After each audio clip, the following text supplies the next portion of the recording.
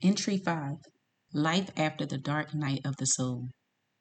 A living, breathing audio and written experience by Sim. We cried all day today, and honestly, I knew what was coming. I've come to recognize this familiar tide, the waves that rise inside me when the planets are heavy in their transits and my monthly is approaching. It's like a soul level weather alert.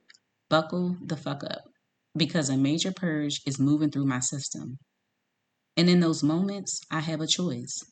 I can either be a willing aid, acknowledging, accepting, and transmuting it through my light body, or I can run from it, sink into my shadow body, and pretend the problem lives outside of me. In the past, I leaned hard on the light, but even when walking in the light, the shadows always rise. They're not punishment, they're checkpoints meant to be worked through, ensuring you stay aligned. Free will is always present, though.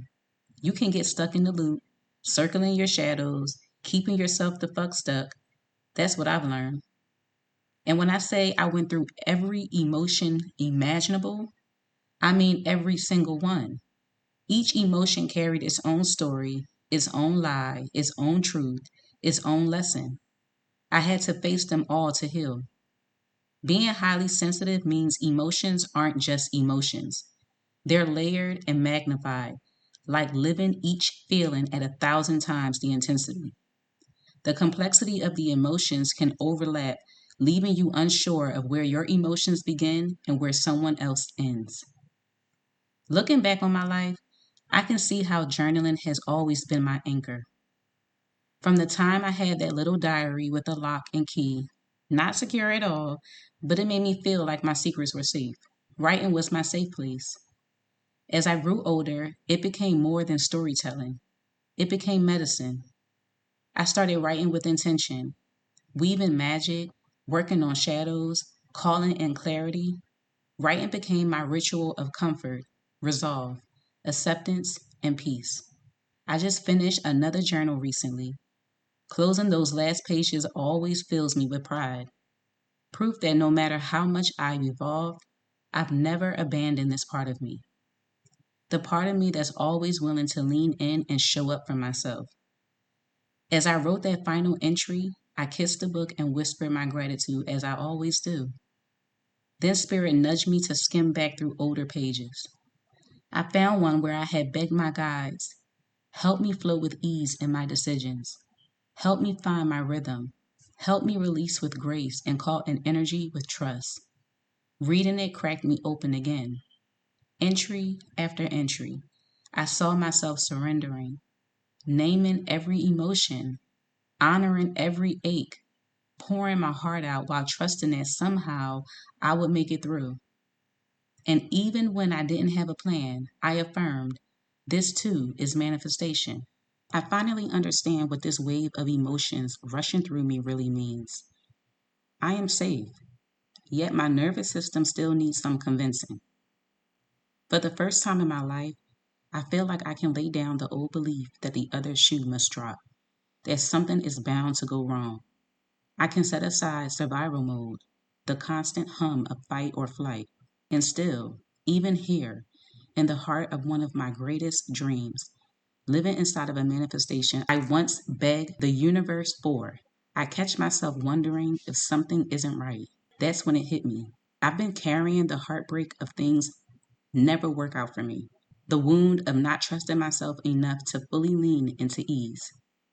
But ease isn't fragile, it's foundational. My journals remind me that I've alchemized every energy I've ever faced, even the ones that tried to break me. Belief is the bridge. Believe in turn, nothing ever works out for me, into everything is flowing for me.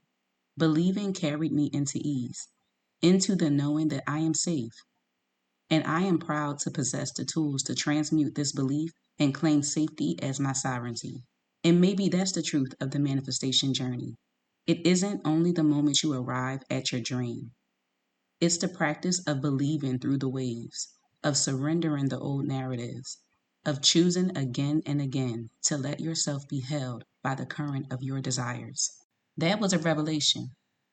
realizing that we're quick to claim the blessings as manifestations, but we don't claim the lows, the detours, the breakdowns in the same way. But they are. Everything we call in, consciously or unconsciously, is manifestation. This helps to see every experience as a teacher because the scope of an experience being good and bad, technically that shit does not exist. This memory brought me back to conversations with Spirit about why we incarnate at all, why we sign up for grief, loss, heartbreak, and suffering. In the higher realms, those dense, low vibrations don't exist. Earth is where we work them out. We agreed to work through them so we could alchemize them into love, the highest vibration. That's what heaven on earth really means. Remembering we always have the choice to choose love through any adversity experience. Everything is energy, vibrating at frequencies. When I asked how shadow work fits into this, Spirit told me balance is key. Honoring both light and shadow creates harmony on the ride of being a spirit in a human form. Too much light without shadow, and you end up spiritually bypassing, skipping the very lessons you came to learn. Too much shadow, and you forget why you came at all. You fall into ego, hurt yourself, and inevitably hurt others. That's when life feels like hell, when we embody the devil in our own story or in someone else's perception, aka hell on earth. I learned this in hermit mode, inside the storm of my own dark night of the soul, stripping cycles, breaking generational patterns, rewriting beliefs, finding respect for both my light and my dark, and how I need them both to thrive in this game of life.